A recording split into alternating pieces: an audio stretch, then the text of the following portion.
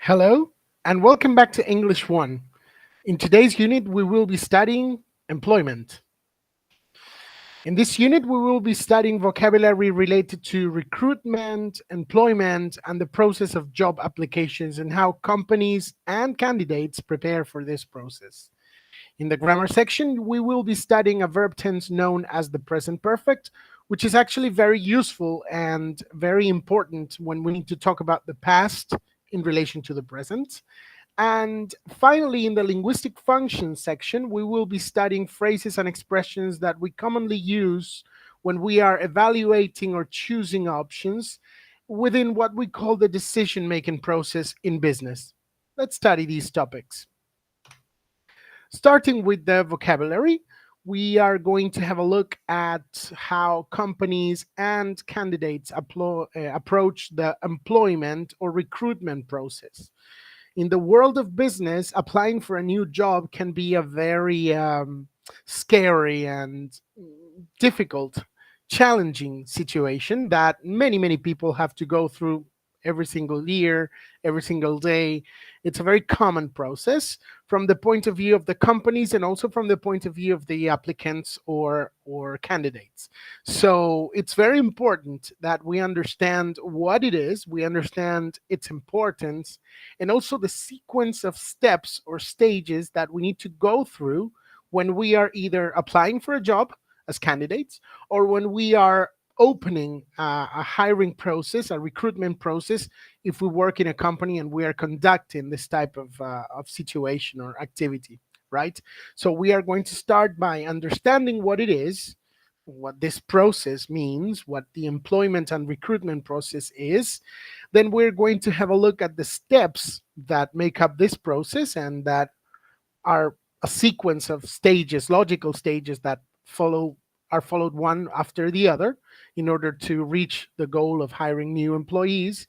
And finally, we're going to explore some useful vocabulary expressions about employment and job applications.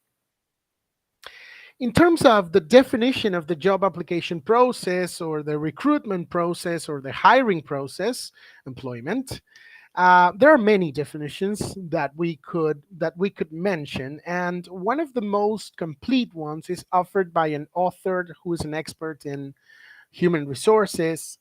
He's called Edwin Flippo, and in a long time ago, actually, when he was starting to study this topic, he came up with this very complete definition of the job application or the recruitment process or situation. He says recruitment is the process of searching the candidates for employment and stimulating them to apply for jobs in the organization. So you the company or the organization detects an area, a department where another employee or more staff is needed. So we analyze this situation and we come up with the idea of hiring new people for the company to work for the company.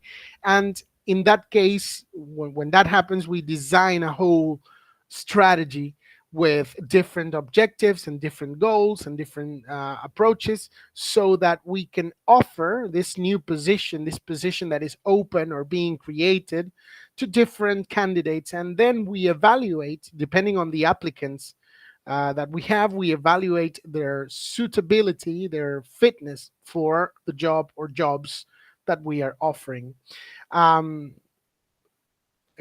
Within this or in relation to this definition offered by Edwin Flippo, we also need to mention that the idea behind making a whole process, a series of steps that are logically connected to each other in order to hire new people, has to do with the idea that this has to be approached in a systematic, objective, and unbiased way.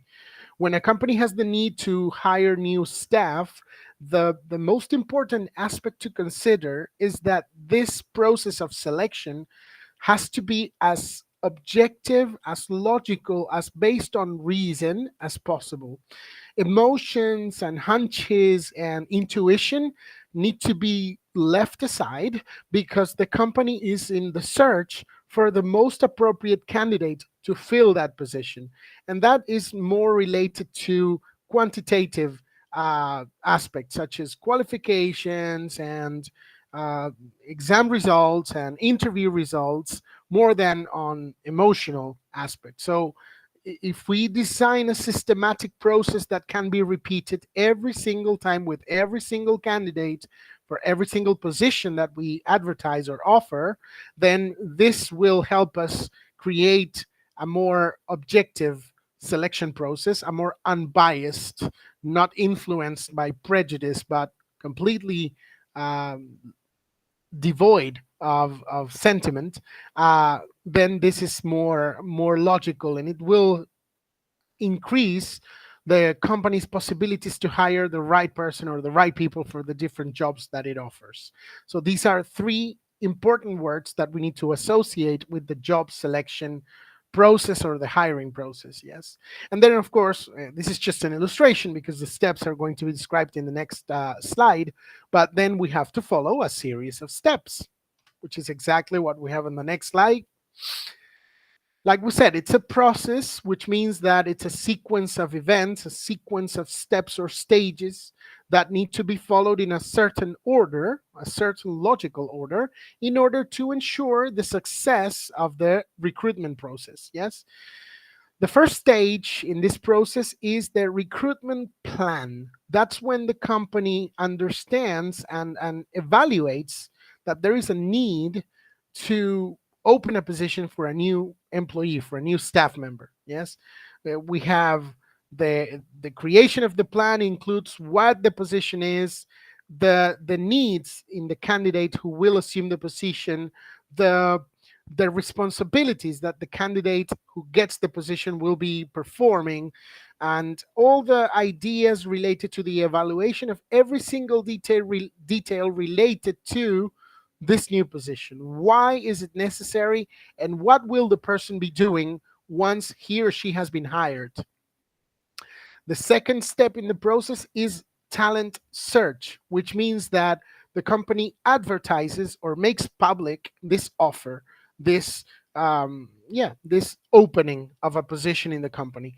They have to describe what the position is, the level in which it is located in the organizational structure, like we mentioned in other units of English 1, and also the objectives that the person who will be hired needs to fulfill, so that the people interested in applying for the job understand exactly what the job is about, at least in an initial way, before they go to an interview or the next few stages of the process. At least they have a clear idea of what the job will represent for them.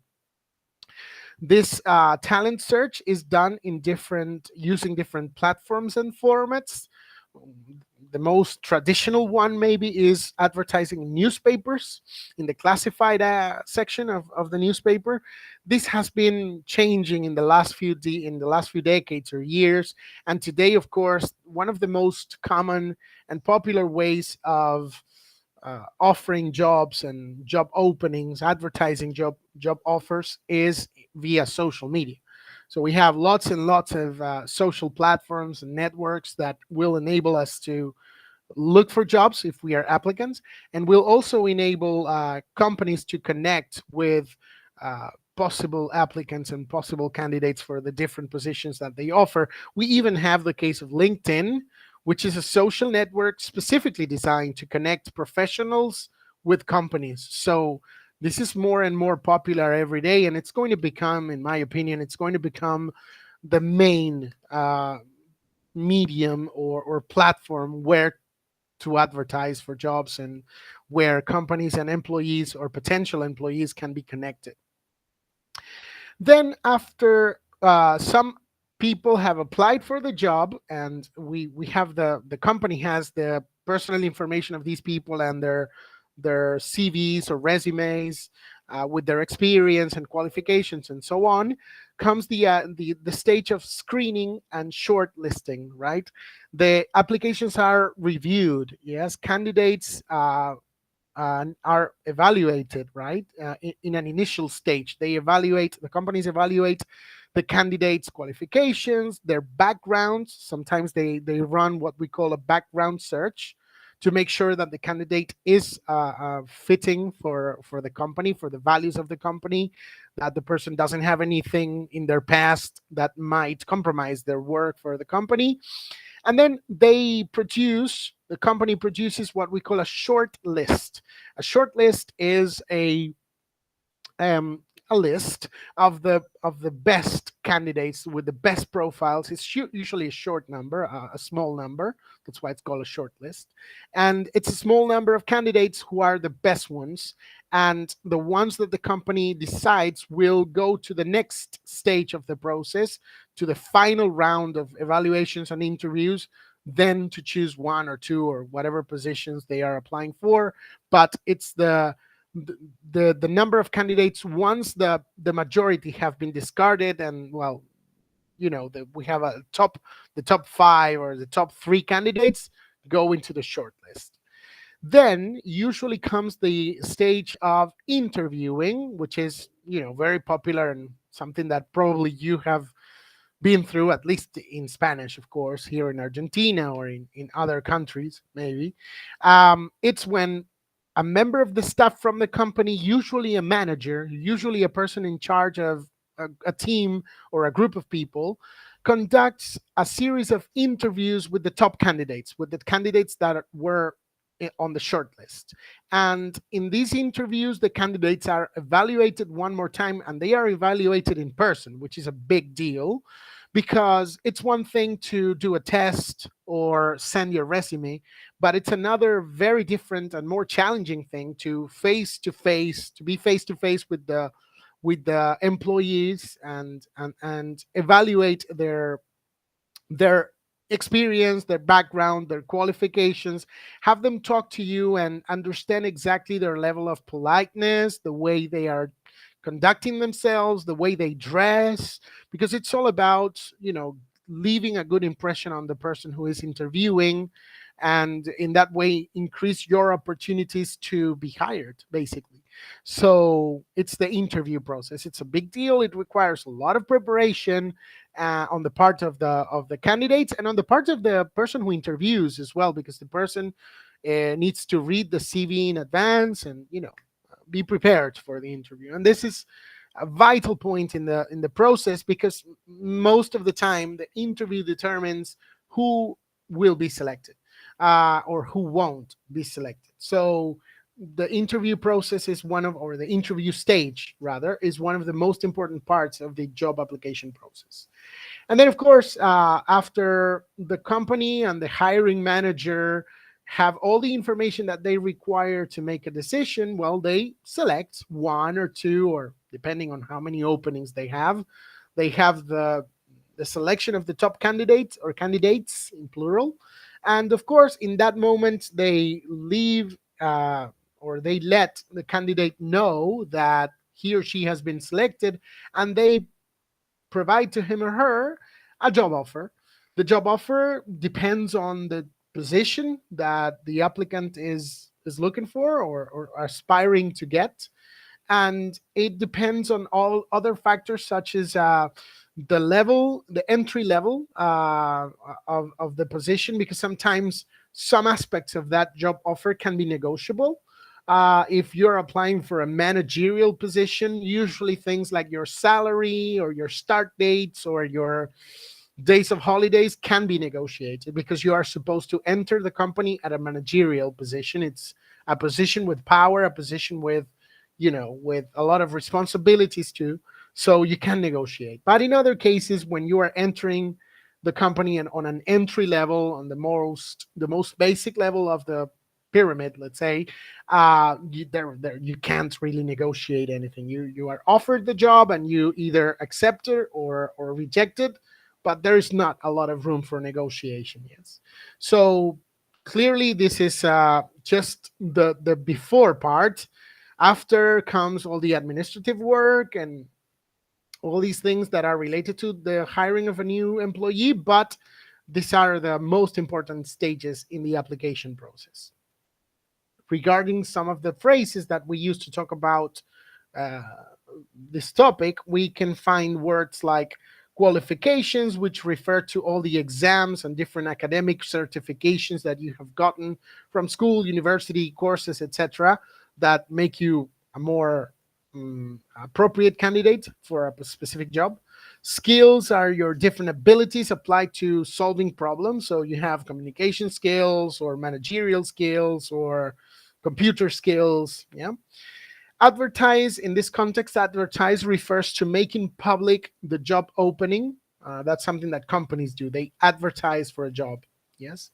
Candidate is the name that we receive when we are applying for a job. Yes, we are all the people who are applying for a specific position or job during a hiring process are called candidates. Well, the interview is this personal conversation that you have with one or two or more candidates or with one or more two hiring officers. Sometimes you are, as an applicant, you are interviewed by more than one person. Yeah. So that's what happens. Recruit is just another word to say hire, yes, to attract people or incorporate people to your staff. Experience is all the knowledge that you have accumulated throughout the years of doing well, your job or different jobs, and all the things that you have learned as a consequence of that experience or that time or that knowledge. Reference. This is an interesting part because sometimes, as part of the application process, to complement our profile and to make it stronger and more attractive to the company, we require to get some references from people who have worked with us in the past or people who have been our supervisors in the past. They can speak about our work and usually say something positive about it so that our profile is more attractive. And that also helps us in the selection process when we are applying for a new job. Apply for is to formally request for a job. Yes, request the opportunity to get the job. That you say apply in English. I applied for the manager position. Yes, for example. And the short list, like we explained before, is this list of the top candidates in a recruitment process when you have uh, discarded or excluded a big part of them, a big number of candidates whose profiles are not so fitting, not so suitable. What you are left with, sorry, is the short list. Moving on to the grammar section of the unit, we are going to talk about the present perfect. The present perfect is a very useful and very common verb tense in English, and it's actually quite I don't know, complex is a good word to describe it because its formation requires some extra words and words in different forms.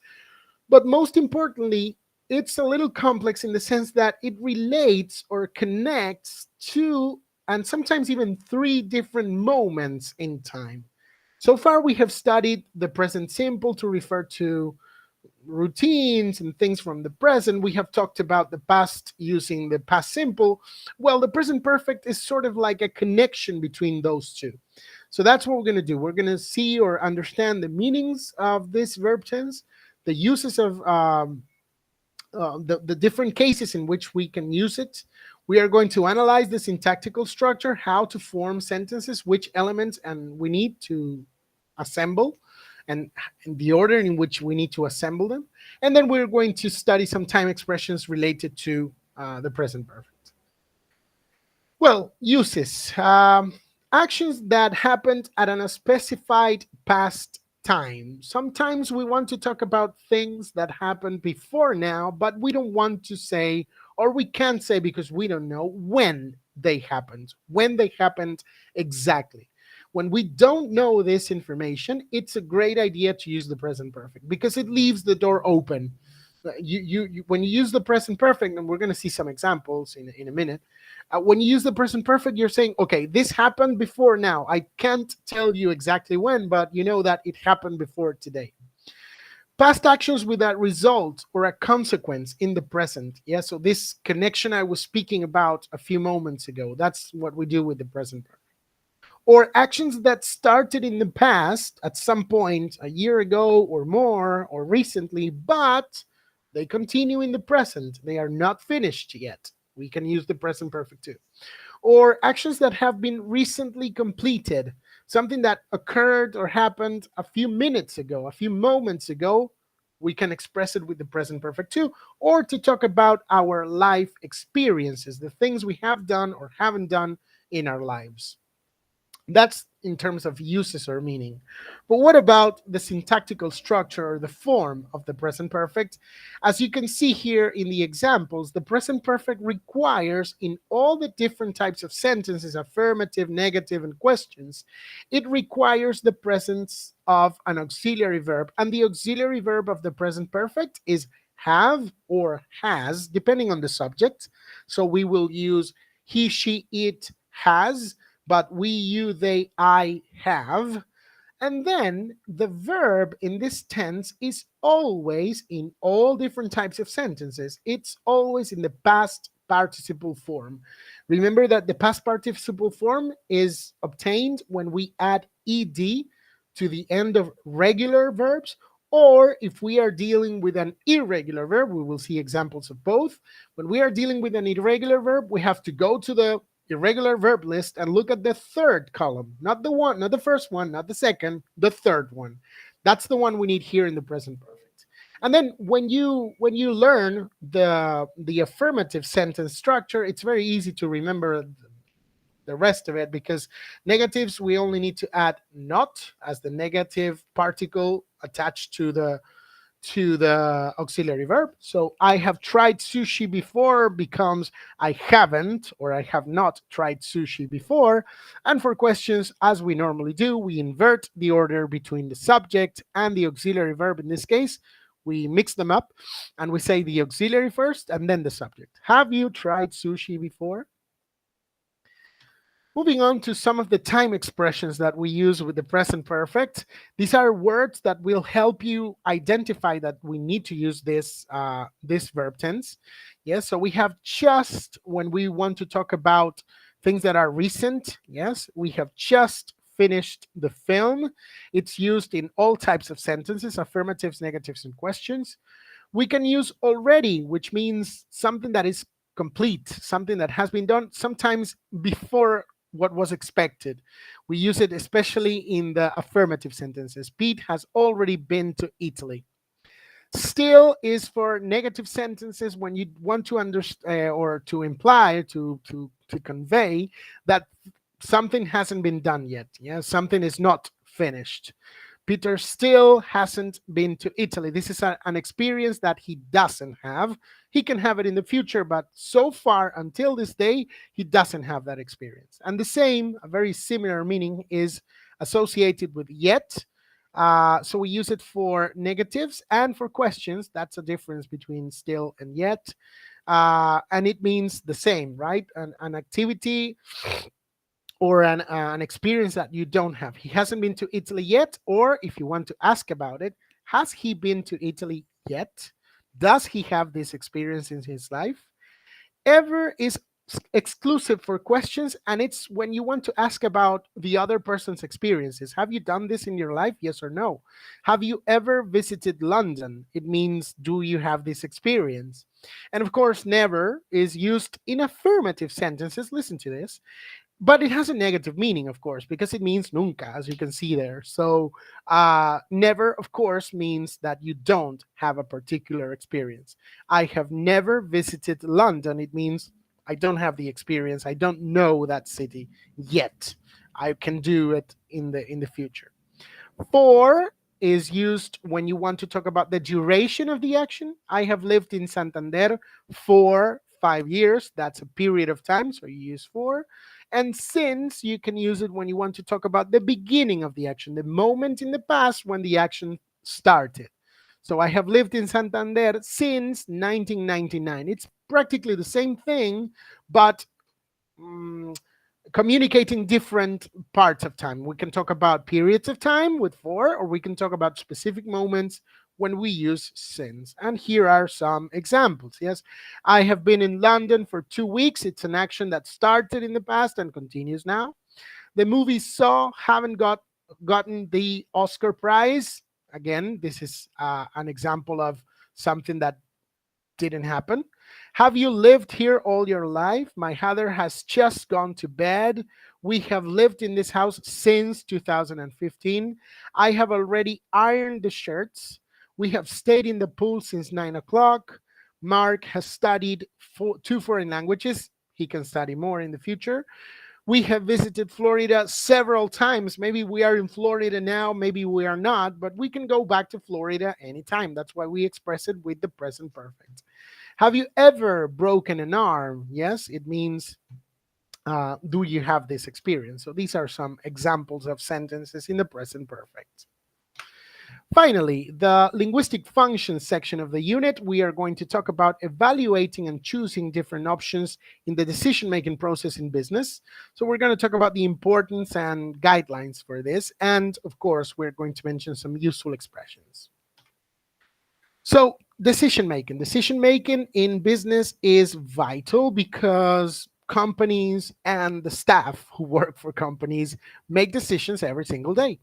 And the thing is that when they are in this process, in this situation, they have to take a series of steps also, like we were talking before, in order to guarantee that the decision they take is the best possible one, the most suitable, the most appropriate for the problem or issue or situation that they are trying to find a solution to.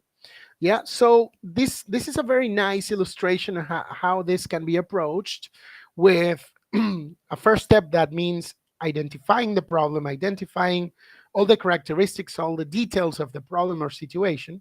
The second step would be gathering, collecting the data, the information that is required to make informed decisions. It means to make the decisions based on evidence, based on proof, based on data, and not based on your hunches or your intuition.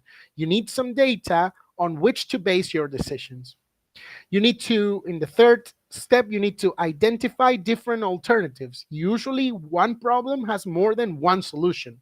There are many possible solutions to a problem, and then it's your job, if you are in charge of this decision making process, it's your job to evaluate the different solutions. Yes. And you do that, number four, by weighing the evidence, the pros and cons. Yes. If I take alternative A, what are the risks involved? What are the possible consequences, good and bad? And if something can be changed, or something gets worse, what can I do then? So you have to do this for every single alternative until you reach a decision and you choose, which is number five, you choose among the alternatives. You have a problem, you have options A, B, and C to solve that problem. After you have seen all the evidence, all the proofs, all the different data and evidence and proof, then you make a decision and choose one of them. You take action, you apply, that's number six. You apply the solution or the option that you chose. You decided for one of them, you go for it. Understanding that things can go according to plan or not. And if they don't go according to plan, you have to have a plan B. That's something very important when you take action and when you apply a decision. And finally, this is something that many times is forgotten and it's not good. It's reviewing the decision. After certain time has passed, it's a great idea to go back and say, well, how effective was the solution that we applied? Did it really solve the problem or not?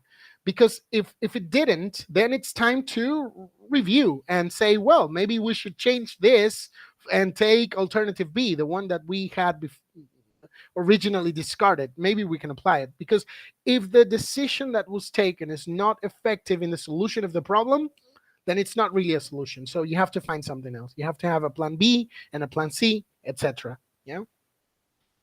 So these are some of the useful expressions that we use when we are evaluating and choosing options. We can talk about the advantages of an aspect or a position. One key advantage is that, and then you talk about the good things about your option. I like the idea that, this is all positive. X, whatever option, is a really good option because, and you give a reason or a justification why you think that option is positive.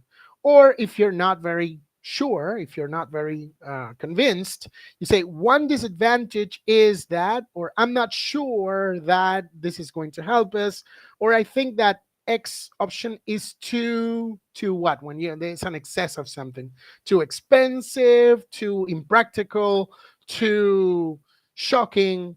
Yes, you give an idea of something that is not positive. And then when you are evaluating between two or more options and you want to express your preference, you can say things like, I think that X is preferable because, and then you justify your option. Or I would choose X because, and you give your reason. Or clearly you can contrast two of them and you say that X is better or more suitable, more fitting than Y because, and then you give your justification. You can see that in many of these expressions, we are invited to justify, to give evidence or proof to support our decisions or options, the options that we support. Why do we support them? So, coming to the conclusion of this unit, we have seen that in the context of business, it's essential for both the companies and also for potential employees to be familiar with the job application and the recruitment process, because that will help both parties organize themselves, prepare themselves, and apply the appropriate strategies for every single stage in the process. The companies can make a better process of selection, and the candidates can prepare better for each of these stages, trying to make their profile stronger and more appealing to the companies. In the grammar section, we saw that we can use the present perfect to talk about situations that started or occurred in the past, but have some sort of connection or a continuation or result or a consequence in the present. This verb tense connects different moments in time. And in the linguistic function section, we saw that there is a wide variety of phrases that can be used in the different steps or stages of the decision making process. And understanding how to use these phrases will help us express ourselves in a better way when we are participating in the process of making a business decision, which can be very, very important. Finally, before we leave you, let's just remind you of the basic recommendations. Remember that for any questions that you might have, your professor or your tutor will always be available in the course forum. So make sure you write all your doubts there. Don't forget to participate in the synchronous online classes. They are going to be the best moment, the best opportunity for you to ask all your questions, and they can be answered in real time. And finally, don't forget that using the debate forum to collaborate and cooperate and exchange ideas with your classmates, with the course tutor, with the professor, is always the best way to construct knowledge in a collaborative way. And it's going to be more significant if you do this. It has been a real pleasure to accompany you in the different units of English 1. I hope to see you in another level in the future. And until then, let me tell you, take care and goodbye.